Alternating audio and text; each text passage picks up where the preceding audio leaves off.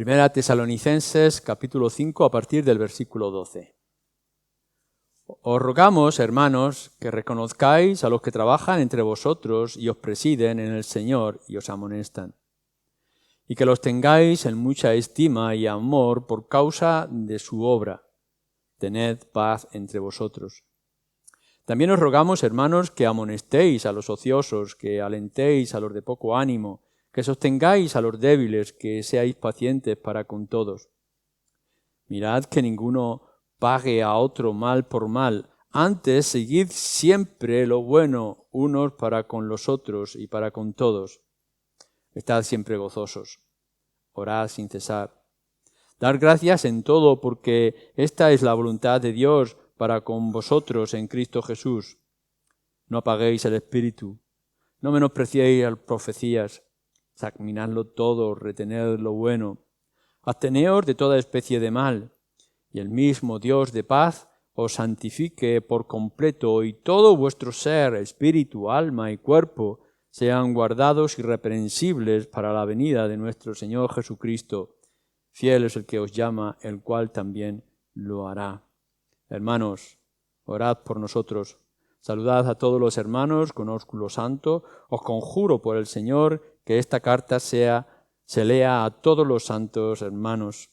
La gracia de nuestro Señor Jesucristo sea con vosotros. Amén. Retened con vosotros en particular el versículo 13 y 14. Judas, versículo 20. Pero vosotros, amados, edificándoos sobre vuestra santísima fe, orando en el Espíritu Santo, conservaos en el amor de Dios, esperando la misericordia de nuestro Señor Jesucristo para vida eterna. A algunos que dudan, convencedlos. A otros salvad, arrebatándolos del fuego. Y de otros tened misericordia con temor, aborreciendo aún la ropa contaminada por su carne. Vamos a centrar nuestra atención en esos dos versículos 22 y 23, aun cuando nos vamos a detener solamente hoy en el versículo 22. Algunas consideraciones que vamos a tener. Cuando aquí se nos está haciendo una exhortación a nosotros, los creyentes, cuando Judas escribe a creyentes en aquel momento y circunstancias, igual que para ahora, para nosotros, nos está escribiendo diciendo que nos miremos a nosotros mismos.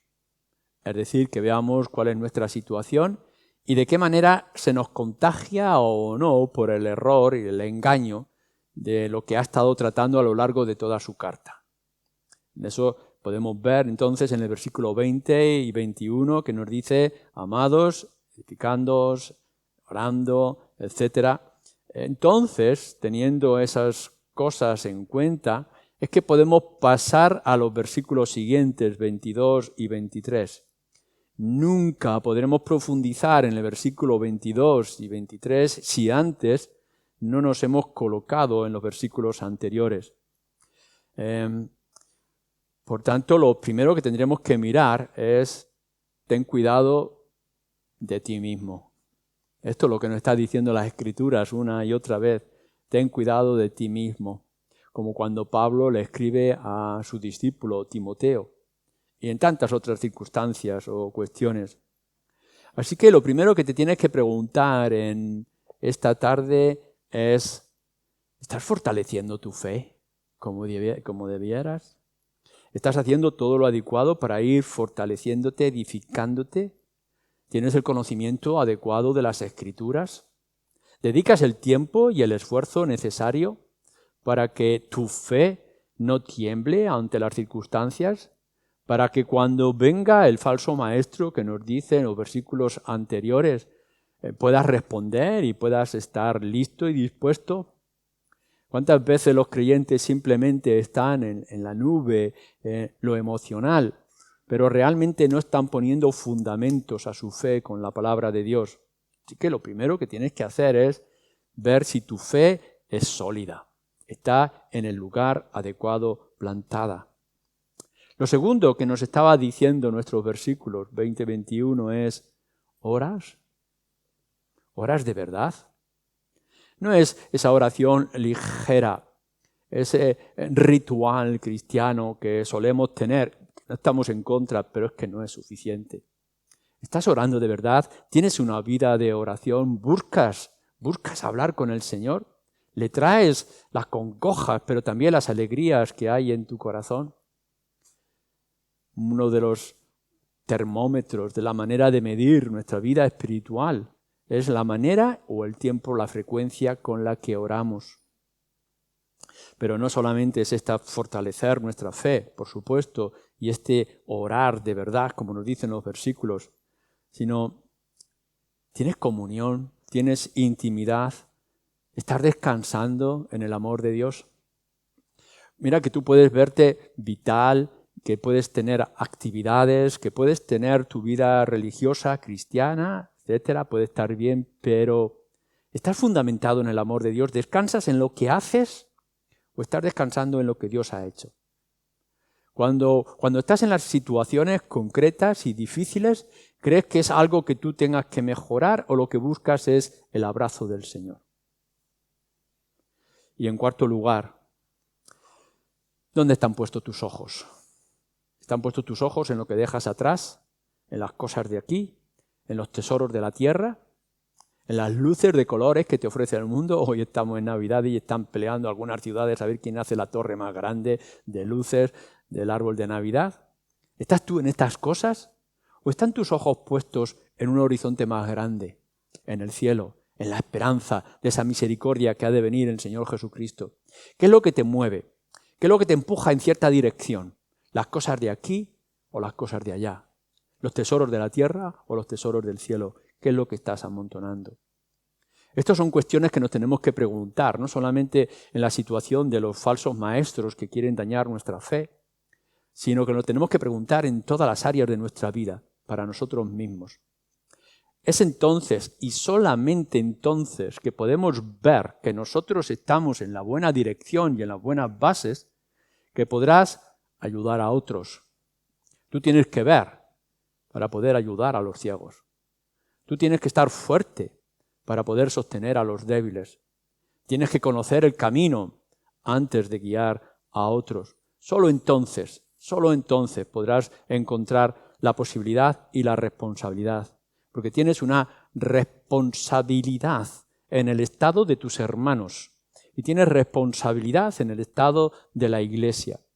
No es suficiente con que tú puedas llegar y decir en esta tarde, yo estoy bien con el Señor. Tengo mi oración, tengo mi conocimiento de las Escrituras, tengo esa intimidad con el Señor de confianza, sé lo que me ha de venir porque estoy seguro de mi salvación. Bien, pero lo que nos está planteando aquí Judas, esto no es suficiente. Lo que nos está diciendo es, después de haber puesto tus ojos en ti, pon tus ojos en los demás, en lo que es la iglesia. Por eso cuando leemos en Primera de Corintios, o leemos en Romanos, o leemos en Efesios, lo que nos está diciendo es edificaos mutuamente los unos para con los otros. No es que tú levantes tu fortaleza para ti mismo, sino que levantes la fortaleza para los demás. Nos lo tenemos que preguntar porque esto es responsabilidad de los creyentes. No es solamente que tú tengas responsabilidad si tienes algún ministerio, si tienes alguna tarea o alguna responsabilidad. Esto no se lo está diciendo Judas a los pastores, no se lo está diciendo a los maestros. No solamente se lo está diciendo a aquellos que tengan cierta posición o cierta capacidad, sino que Judas está escribiendo a la iglesia. Y de la misma manera que hemos podido leer en la carta de Pablo a los tesalonicenses, lo que estaba diciendo es agradecer a aquellos que os edifican y os animan y os fortalecen, y entonces vosotros fortalecer y animar también a los otros. Esto es importante si queremos una subsistencia, queremos una permanencia, queremos una continuidad como iglesia.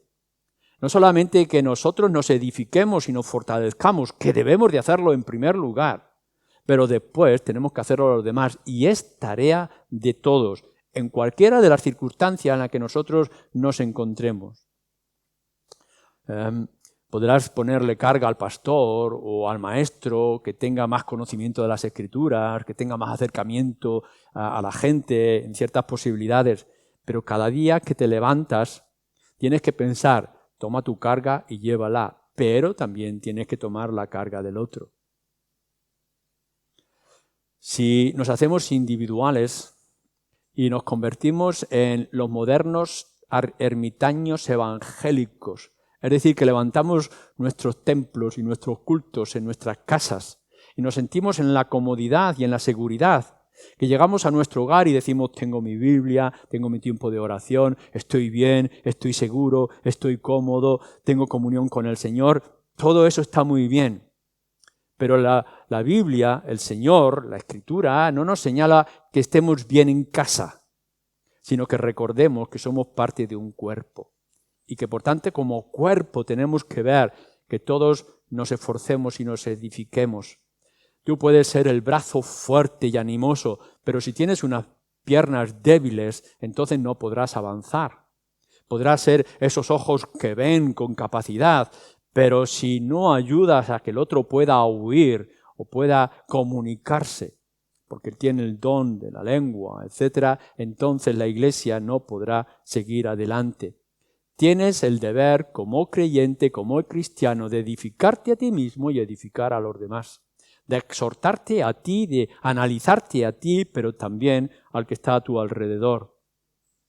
No puedes ignorar la situación de tu hermano o de tu hermana en las circunstancias.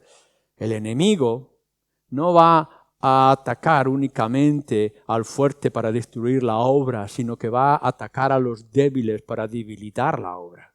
Y por tanto, todos nosotros estamos en la mirada del diablo y de los falsos maestros que quieren destruir nuestra fe, nuestra comunión con el Señor, nuestro tiempo de oración, etcétera, etcétera. Lo que tenemos que añadir por encima de todo esto o a la luz de todo esto es la importancia de la sana doctrina. Todo el contexto de la carta de Judas y los versículos que hemos visto anteriores, como nuestra edificación, fortaleza en la fe y demás, como estos versículos que se nos están diciendo aquí, nos están mostrando cuán importante es la doctrina. No le quitamos importancia a la alabanza y a la adoración, no le quitamos la importancia que tienen nuestros sentimientos y emociones o cómo nosotros nos expresamos, cómo es la adoración que tenemos en un día como este, en culto de mañana, de la tarde, etcétera, etcétera. Pero todo el contexto es, hay falsos maestros que intentan dividirnos, intenta dañarnos. Por tanto, cuídate de ti mismo y cuida de los que están los demás en todo lo que es cuestión de doctrina. No da igual la opinión que tengamos acerca de Cristo o acerca de la Iglesia o acerca de la salvación. El diablo nos va a atacar y va a atacar la doctrina de Cristo y va a atacar la doctrina de la salvación y va a atacar la doctrina de la Iglesia. Y nosotros tenemos que tener el conocimiento y cuando veamos que alguno de nuestros hermanos empieza a errar o a desviarse o a confundirse acerca de estas cosas o no llega a la comprensión adecuada de estos asuntos y de estas doctrinas, tenemos que enseñarle. La doctrina no simplemente es una información que guardamos en nuestra cabeza o que tenemos en nuestros libros de lectura o en nuestras enciclopedias. La doctrina es algo que nos vitaliza, que nos hace fuertes, que nos anima y que nos cuida en todos los aspectos. Por tanto, cuando veamos que alguien está fallando o que no llega a ese conocimiento o comprensión, no lo dejéis en la ignorancia. Hubo un tiempo en donde nuestra sociedad podía vivir, por ejemplo, sin la lectura. Y no hace muchos años, un gran porcentaje en España era analfabeta y no podía leer, no podía escribir. Apenas con sus propios dedos podía hacer una señal de la cruz. Y el esfuerzo constante que se ha hecho por el bien de la sociedad, que hombres, mujeres, desde los niños, de la infancia, aprendieran a leer y a expresarse. Y aún así somos muy defectuosos, pero es el trabajo constante porque sabemos que la edificación, el leer y el comprender era importante para que una sociedad pudiera mejorar. Cuanto más en el conocimiento de las Escrituras, en la comunión del Señor y en el tiempo de la oración. Nosotros tenemos que esforzarnos a que los demás puedan comprender y tener las bases.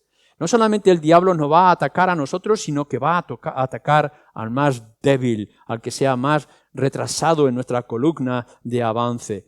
Es importante, por tanto, que consideres seriamente estos versículos 22 y 23 porque es responsabilidad tuya.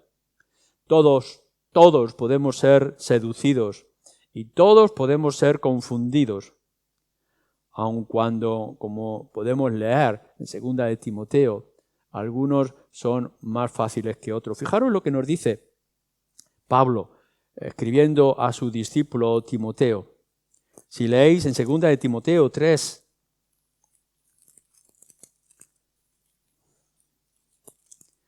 versículo 7.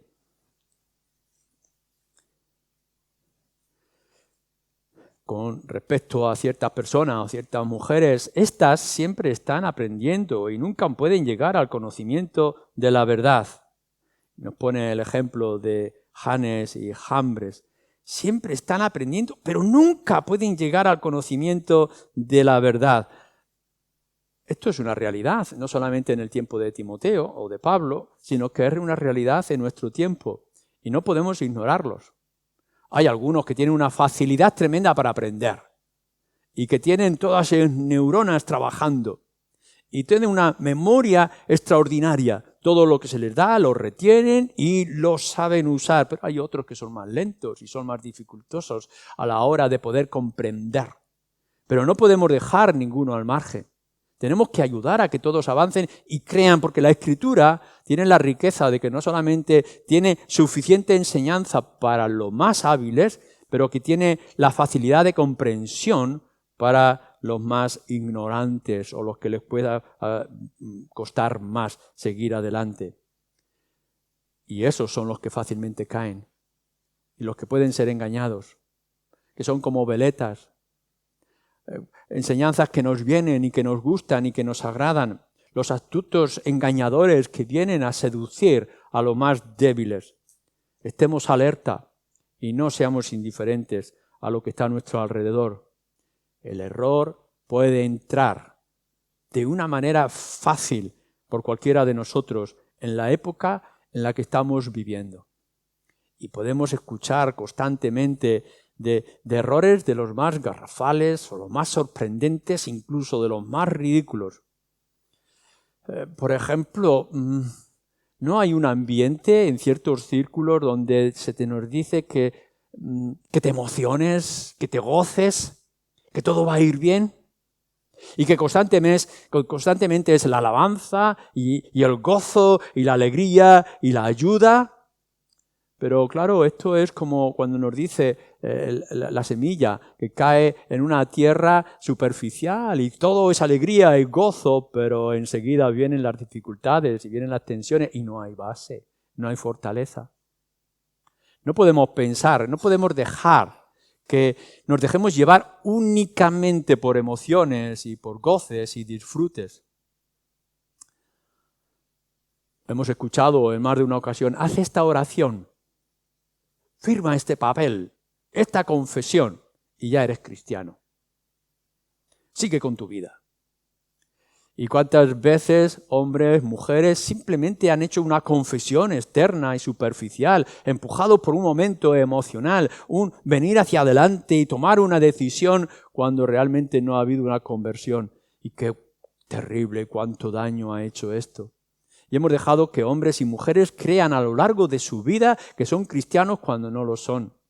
Que han confiado en algo externo, pero no ha habido una transformación en su corazón. Estos son señales terribles para la Iglesia, que nos están haciendo mucho daño y no podemos ser indiferentes a estas cosas. No podemos dejar que la gente descanse en ritos, aun cuando sean muy evangélicos y muy hermosos.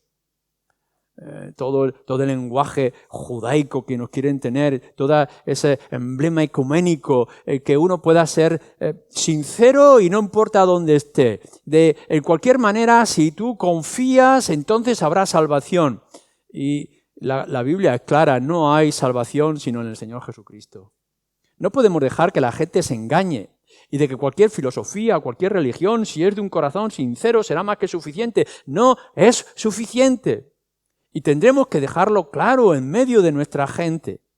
Tendremos que decir que el diablo no va a venir vestido de diablo, sino que va a venir vestido de ángel de luz. Y tenemos que estar dispuestos para todo ello. Los mensajes para trastornar a la iglesia de los falsos maestros no vienen simplemente diciendo os voy a mostrar una herejía, os voy a traer un error, os voy a mostrar que la escritura en todo momento está equivocada. No, el mensaje del falso maestro es más subliminal, introduce en medio de nosotros, nos viene con palabras suaves, con una seducción, con una atracción, para que el mundo lo pueda seguir con facilidad, pero en realidad nos está desviando del camino. Todas estas cosas las deberíamos de tener en cuenta con respecto a nuestros propios hermanos y a aquellos que con facilidad se dejan desviar. Lo que aquí Judas está exponiendo es la gravedad, y lo va a desarrollar en estos 4 puntos, la gravedad y la seriedad de cómo va aumentando. Fijaros bien que en estas 4 cosas que Judas nos va a decir en estos 2 versículos, aumenta el problema y el peligro, y por tanto aumenta nuestra actitud que deberíamos de tomar en esas circunstancias. Es verdad que nos vamos a encontrar con diferentes versiones de la Escritura e interpretaciones que podamos hacer, pero sin alejarnos de los principios reales que estos 4 principios o ideas nos está trayendo Judas. Hay varias clases de personas dentro de nosotros, volvemos a decir, no está hablando con respecto a los falsos maestros, está hablando de los creyentes que pueden ser seducidos y engañados por los falsos maestros. Nos está diciendo que te pongas bien, que estés fuerte, que tengas comunión con el Señor, que hagas oración regular y entonces ponga tus ojos en tus hermanos que son quizá más débiles. Y entonces vemos lo primero, en el versículo 22, y nos quedaremos ahí, algunos que dudan, convencerlos. Otra idea podría ser algunos que vacilan. La palabra que se está utilizando en el griego puede ser de las 2 maneras, o que están dudando, o que están vacilando, que no lo tienen claro, que todavía están ambivalentes en esa situación, entre 2 opiniones y que están inseguros. Hay como 2 alternativas, 2 opciones. Y nosotros no podemos llegar y decirle a estas personas, bueno, al final tú toma el camino que creas correcto. No todos los caminos son correctos. Y por tanto, en ese dudar que tienen, en ese vacilar, tenemos que ayudar. Judas está escribiendo a creyentes. No le está diciendo esto a la gente del mundo que está engañada o confusa o no ha llegado al conocimiento del Evangelio. Nos lo está diciendo a la iglesia, a los creyentes. Y en medio de los creyentes, Judas está diciendo a algunos que dudan, que están vacilando. Claro, les pueden llegar y les pueden decir, hombre, ¿por qué no vas a ser creyente cristiano y disfrutar de las cosas del mundo? No puedes ser un cristiano un poco más superficial en tu doctrina, pero a la misma vez disfrutar de las cosas que hay en el mundo, aun cuando la Escritura diga un poco desfasada de la historia, ciertas cosas, etc. Y los creyentes más débiles empezarán a pensar, posiblemente, ¿por qué no puedo ser yo creyente y a la misma vez amar el mundo y las cosas del mundo? Y están vacilando. ¿Cuántos de creyentes están diciendo, bueno, pues si yo puedo ver que ciertas personas o hermanos que dicen ser cristianos tienen una vida superficial, ¿por qué no puedo yo tener una vida superficial? ¿Por qué me tengo que comprometer yo tanto? ¿Por qué tengo que tener tanto celo? Si yo veo que otros creyentes no están orando, ¿por qué tengo que estar yo orando más y más acerca de las cosas de mi propio corazón y de mi vida y de lo que me rodea? Y entonces dudan, porque son débiles. Y lo que nos está diciendo aquí Judas es algunos de aquellos que están dudando, convencerlos. O otras versiones nos están diciendo, pues ten de ellos misericordia. Lo tenemos en un momento, en una escena terrible, pero a la misma vez gloriosa, cuando nos encontramos con Elías en Primera Reyes, capítulo 18. Se levantan 2 altares Y lo que se le dice al pueblo en esos dos altares, uno que están levantando los sacerdotes falsos de Baal y otro que es el altar que ha levantado el profeta de Dios. Ahora vosotros tendréis que elegir. Pero no simplemente se deja, bueno, pues ya está, son dos altares, aquí son los dos iguales, los dos están con piedras, los dos tienen la leña, los dos tienen el agua, pues ya está. Ahora que cada uno elija. No, lo que hace Elías es destruir a todo aquello que estaba delante. Y ese altar falso queda en lo absurdo y aquellos sacerdotes quedan en ridículo y la gloria de Dios viene y el altar de Elías salta en fuego. Ahora tenéis que elegir. Ahora que habéis visto el poder de Dios y con quién está Dios y cómo Dios actúa, tenéis que elegir. Eso es lo que nos está diciendo a nosotros, para aquellos que están vacilando. Mirar la gloria de Dios, mirar la grandeza del Evangelio, mirar el poder de salvación, mirar lo que está diciendo las Escrituras, mirar lo que significa ser salvo, mirar lo que significa ser hijo de Dios, buscar lo que es la santidad. No está diciendo, no importa, ser sinceros, buscar lo que os agrade, ser felices. No, lo que está diciendo es, ahora dependemos del Señor. Tenemos que volver a los caminos del Señor y a la palabra de la doctrina. No se puede nadar entre dos aguas. No podéis tener un pie en el mundo y otro pie en las cosas del Señor. El hacer esto ya es pecado, ya es una ofensa. La duda en sí, la duda no es pecado. Si tienes dudas, busca la respuesta. Y si no la encuentras, aquí está el pueblo de Dios para que te pueda instruir. Aquí está la palabra. Guíate a la luz del Evangelio. Pero no te quedes en la ambivalencia. Como nos está diciendo en Apocalipsis, tu corazón si es frío o caliente será vomitado. Para convencer al otro que duda, fíjate bien, para convencer a aquel que duda, tú debes de estar convencido. Debes tener la verdad y debes tenerla clara. Mirad, hermanos, no os conforméis con hacer una lectura ritual de las Escrituras vuestros 10 o 20 minutos diarios, que eso no es suficiente.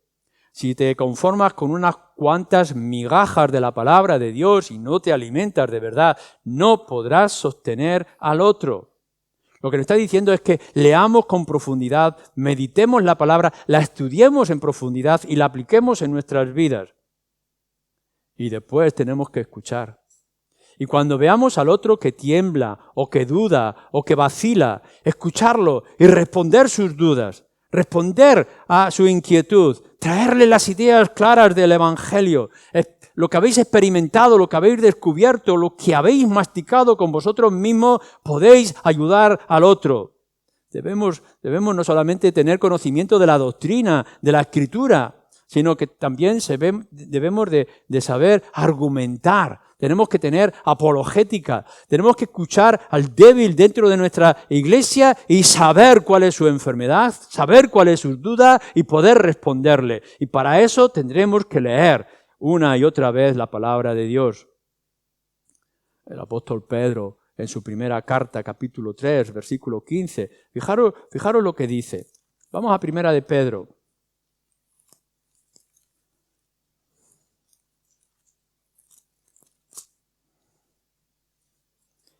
Versículo 15, dice así, 3:15, sino santificad a Dios el Señor en vuestros corazones y estad, fijaros bien, siempre preparados para presentar defensa con mansedumbre y reverencia ante todo el que os demande razón de la esperanza que hay en vosotros. Estad siempre preparados. Y preparados es edificar y fortalecer vuestra mente y vuestro corazón, para poder presentar defensa. ¿Ante quién? Ante aquel que os demande muestras de vuestra esperanza que tenéis en vosotros.